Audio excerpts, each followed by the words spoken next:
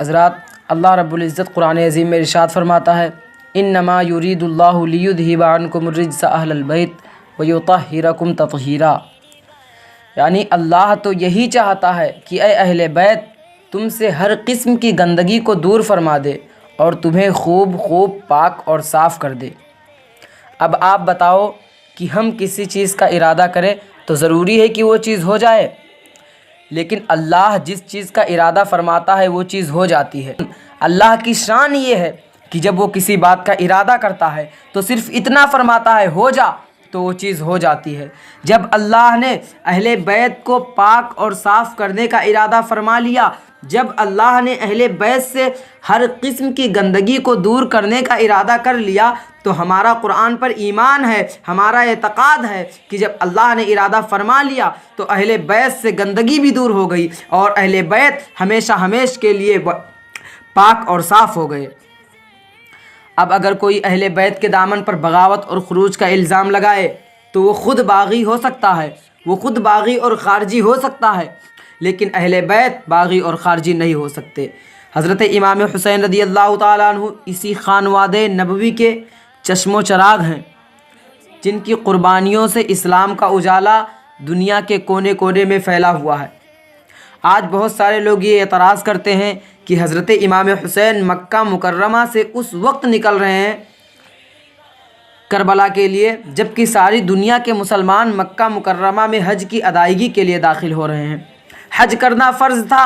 اور امام حسین نے حج کو چھوڑ دیا، کربلا کے لیے روانہ ہو گئے۔ ارے نادانو، تمہیں یہ بھی معلوم ہونا چاہیے کہ حج زندگی میں صرف ایک بار فرض ہے، اور حضرت امام حسین نے اس سے پہلے 6 مرتبہ حج کر لیا تھا۔ اگر ایک اور حج کرتے تو ایک نفلی حج ہوتا، نفلیات میں ایک عبادت کا اضافہ ہوتا، لیکن کربلا کی سرزمین پر حضرت امام حسین جس مقصد سے تشریف لے گئے تھے وہ مقصد نفل نہیں بلکہ فرض کے درجے میں تھا۔ اگر کربلا کی دھرتی پر پہنچ کر حضرت امام حسین رضی اللہ تعالیٰ عنہ نے یزید کے خلاف آواز بلند نہ کی ہوتی تو عالم اسلام بیدار نہ ہوتا اور اس خلافت کی حفاظت نہ ہو پاتی جس کی بنیاد منہاج نبوت پر قائم کی گئی ہے۔ تو امام حسین نے ایک نفلی عبادت کو چھوڑ کر اس فریضہ کو ادا فرمایا ہے جو فریضہ حضرت امام حسین کے لیے بہت پہلے سے مقدر ہو چکا۔ اہل بیت کی شان تو یہ ہے کہ جب یہ آیت کریمہ نازل ہوئی تو اللہ کے نبی سید عالم صلی اللہ علیہ وسلم 40 دن مسلسل حضرت فاطمہ کے گھر سے گزرتے، فجر کی اذان کے بعد مسجد نبوی میں نماز کے لیے جاتے تو حضرت فاطمہ کے مکان پر ٹھہر کر فرماتے الصلاۃ الصلاۃ یا اہل البیت، اے اہل بیت نماز کے لیے اٹھ جاؤ، نماز کے لیے بیدار ہو جاؤ۔ اس کے بعد فرماتے اللہم ہؤلاء اہل بیتی، اے اللہ یہی میرے اہل بیت ہیں، فاذھب عنہم الرجس وطہرہم تطہیرا، تو انہیں ان سے ہر قسم کی گندگی کو دور فرما دے اور انہیں خوب خوب پاک اور صاف کر دے۔ جب یہ آیت کریمہ اتری تو اللہ کے نبی سید عالم صلی اللہ علیہ وسلم اس شان سے تشریف لائے کہ آپ کے سامنے حضرت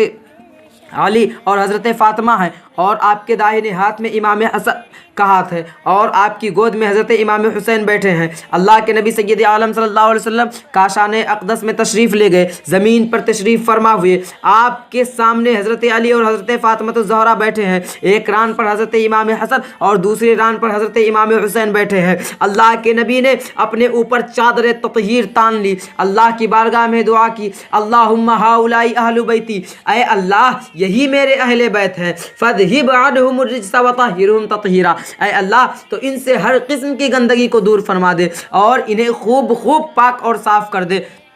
حضرت ام سلمہ رضی اللہ تعالیٰ عنہ نے چادر کا ایک کونا اٹھایا اور وہ بھی اس میں گھسنے لگی۔ اللہ کے نبی صلی اللہ علیہ وسلم نے چادر کھینچ لی اور فرمایا انک من ازواج النبی صلی اللہ علیہ وسلم علی خیر، تو نبی کی ازواج پاک میں سے ہے، تو ہدایت اور بھلائی اور خیر پر ہے، مگر اہل بیت یہی پنجتن پاک ہیں جو چادر تطہیر میں پناہ لیے ہوئے ہیں۔ اعلیٰ حضرت فرماتے ہیں تیری نسل پاک میں ہے بچہ بچہ نور کا، تو ہے عین نور تیرا سب گھرانہ نور کا۔ اور یاد رکھو نبی اکرم صلی اللہ علیہ وسلم نے اپنے اہل بیت سے اتنی محبت کی کہ تبلیغ دین پر اللہ کے نبی نے کسی پر اجرت کا مطالبہ نہیں کیا۔ اللہ کے نبی سید عالم صلی اللہ علیہ وسلم کو رب کا خطاب ہوتا ہے اے نبی فرما دو قل لا اسألکم علیہ اجرا الا المودۃ فی القربى، اے لوگو میں تم سے تبلیغ دین پر کوئی اجرت نہیں چاہتا، میں تو صرف یہ چاہتا ہوں کہ میرے قرابت داروں کے ساتھ تم محبت کرو۔ جب تک اہل بیت کی سچی محبت آپ کے دل میں پیدا نہیں ہوگی اس وقت تک آپ سچے اور پکے مسلمان ہو ہی نہیں سکتے۔ جو اہل بیت سے دشمنی رکھے، جو اہل بیت کی شان میں گستاخی کرے، جو اہل بیت سے بغض و حسد رکھے، وہ لاکھ نمازیں پڑھے، روزے رکھے، ہرگز وہ مسلمان نہیں ہو سکتا۔ نبی اکرم صلی اللہ علیہ وسلم نے ارشاد فرمایا، لو ان رجلا سعید بین الرکن والمقام فصلى صام ثم مات وهو مبغض لأہل بیت نبوۃ دخل النار، جو آدمی اتنا متقی اور پرہیزگار ہو کہ مسلسل نمازیں پڑھے، اور نمازیں اس مسجد میں نہیں بلکہ مسجد حرام میں پڑھے، مسجد حرام میں بھی عام جگہ پر نہیں بلکہ حجر اسود اور مقام ابراہیم کے درمیان نماز پڑھے، جو سب سے زیادہ فضیلت رکھتی ہے، اور مسلسل روزے رکھے، لیکن اگر اس کے دل میں اہل بیت نبوت کی ذرہ برابر عداوت و دشمنی ہو تو اللہ کے نبی سید عالم صلی اللہ علیہ وسلم اس کا رزلٹ اور انجام بیان فرماتے ہیں، دخل النار، وہ آدمی جہنمی ہے۔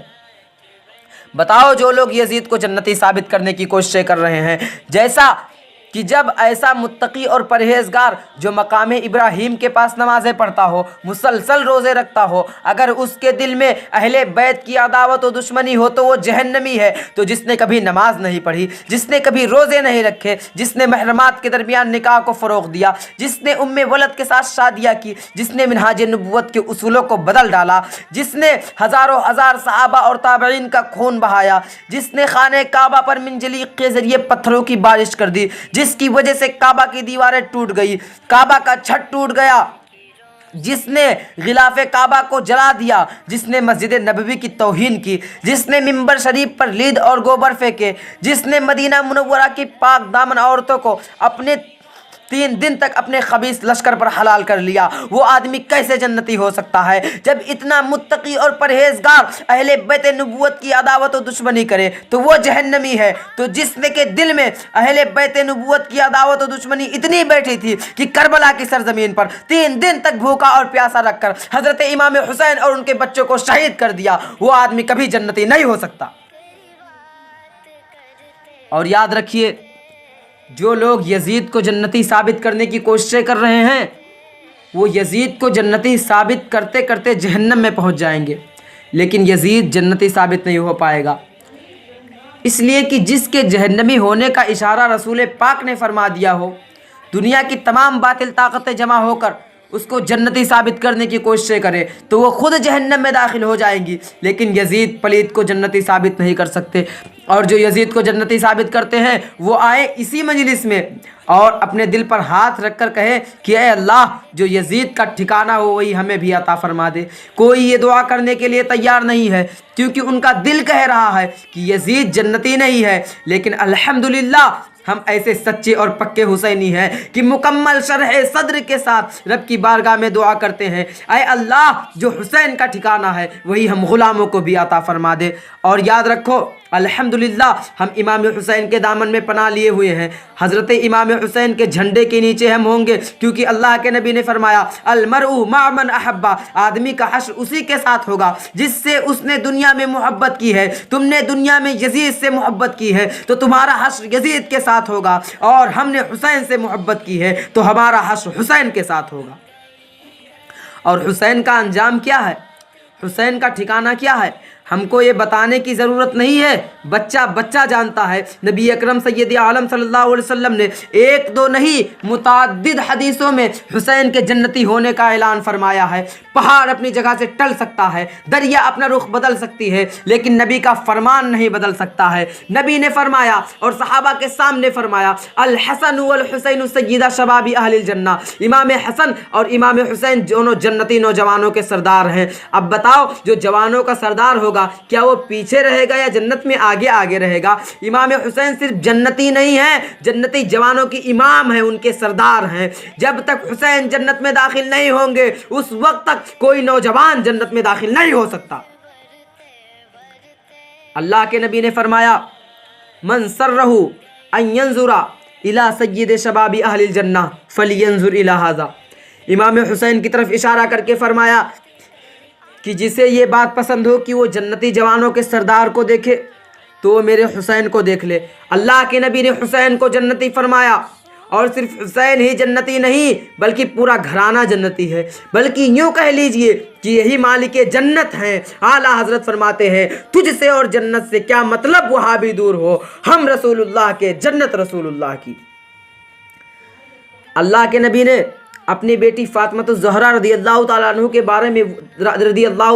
کے بارے میں تو وہ ارشاد فرما دیا کہ جب سے یہ دنیا بنی ہے اور جب تک یہ دنیا رہے گی کسی عورت کو یہ خصوصیت ملی ہی نہیں۔ اللہ کے نبی اپنی بیٹی فاطمہ الزہرا کے بارے میں ارشاد فرماتے ہیں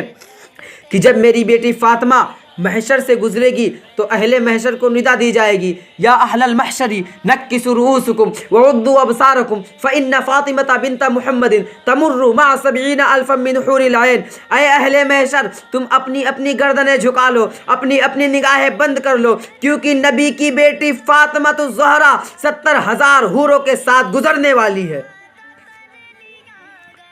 حضرات، حضرت ام سلمہ رضی اللہ تعالیٰ عنہ کی روایت موجود ہے مشکات میں، وہ فرماتی ہیں کہ عاشورہ کے دن میں نے خواب میں رسول پاک سید عالم صلی اللہ علیہ وسلم کو دیکھا۔ سرکار کی ریش مبارک، آپ کی زلف معمبر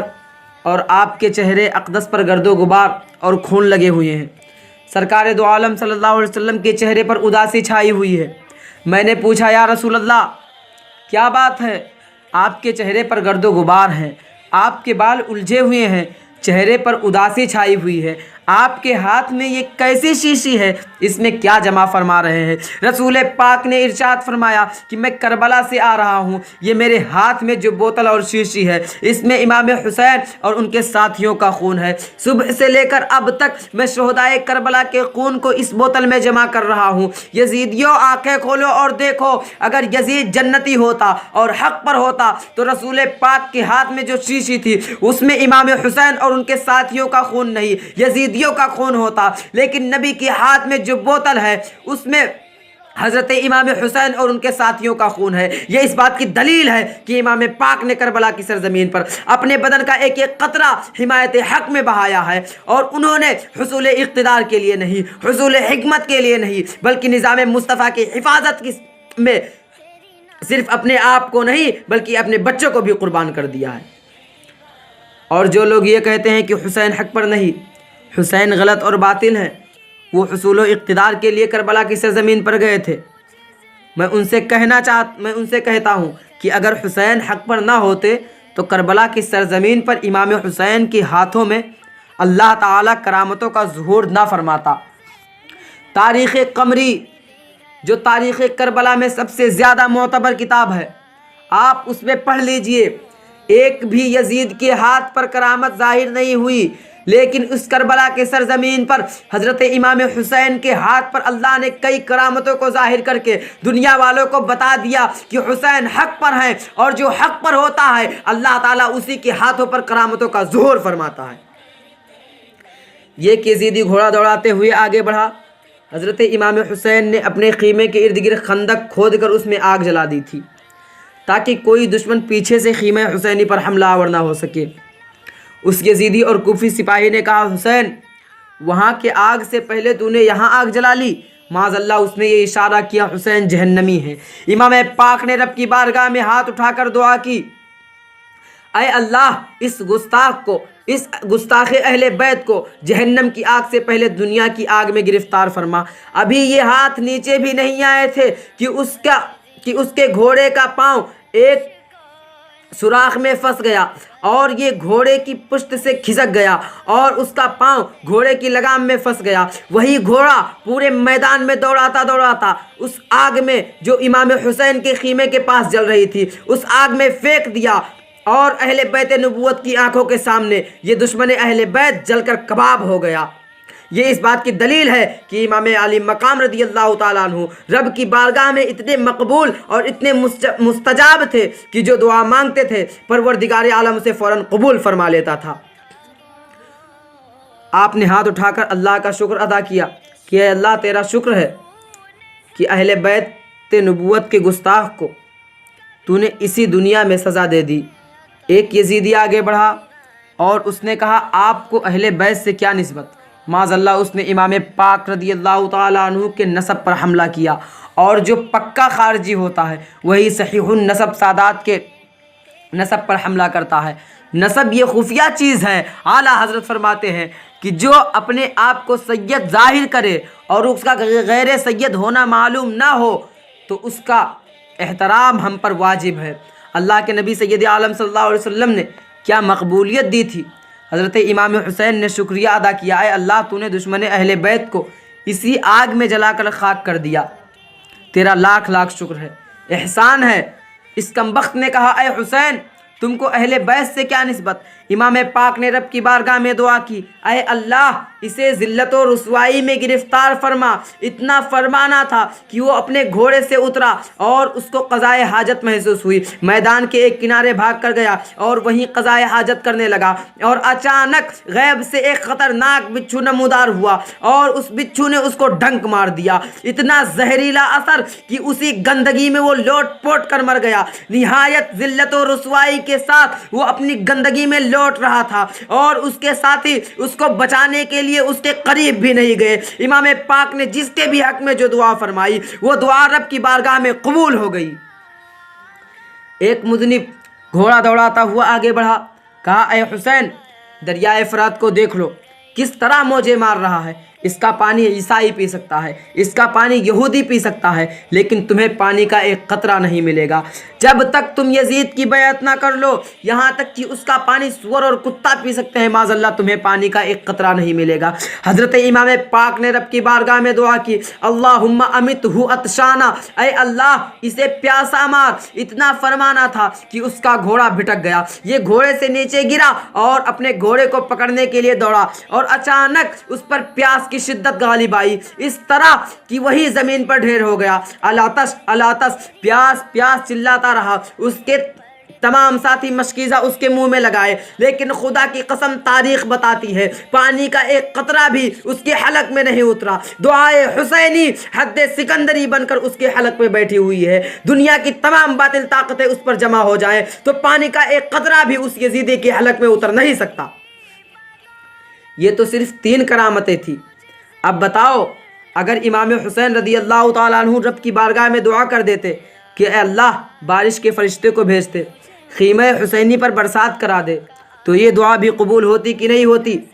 اگر امام حسین یہ دعا فرما دیتے کہ اے اللہ نہر فرات کو آرڈر جاری فرما دے، وہ خیمہ حسینی کے پاس سے بہنا جاری ہو جائے، اگر امام پاک رب کی بارگاہ میں دعا فرما دیتے اور اے اللہ میرے چھوٹے چھوٹے بچے پیاسے ہیں تو آسمان سے بارش نازل فرما دے تاکہ میرے بچے سیراب ہو جائیں، تو بارش نازل ہو جاتی، اور اگر امام پاک دعا نہ بھی کرتے تو ان کے قدموں میں اللہ نے ایسی طاقت اور قدرت رکھی تھی کہ اگر میدان نینوا میں امام حسین ٹھوکر مار دیتے تو پورا میدان نینوا پانی سے جل تھل ہو جاتا، ہر طرف پانی ہی پانی، ہر طرف عالم آب ہی آب۔ لیکن امام عالی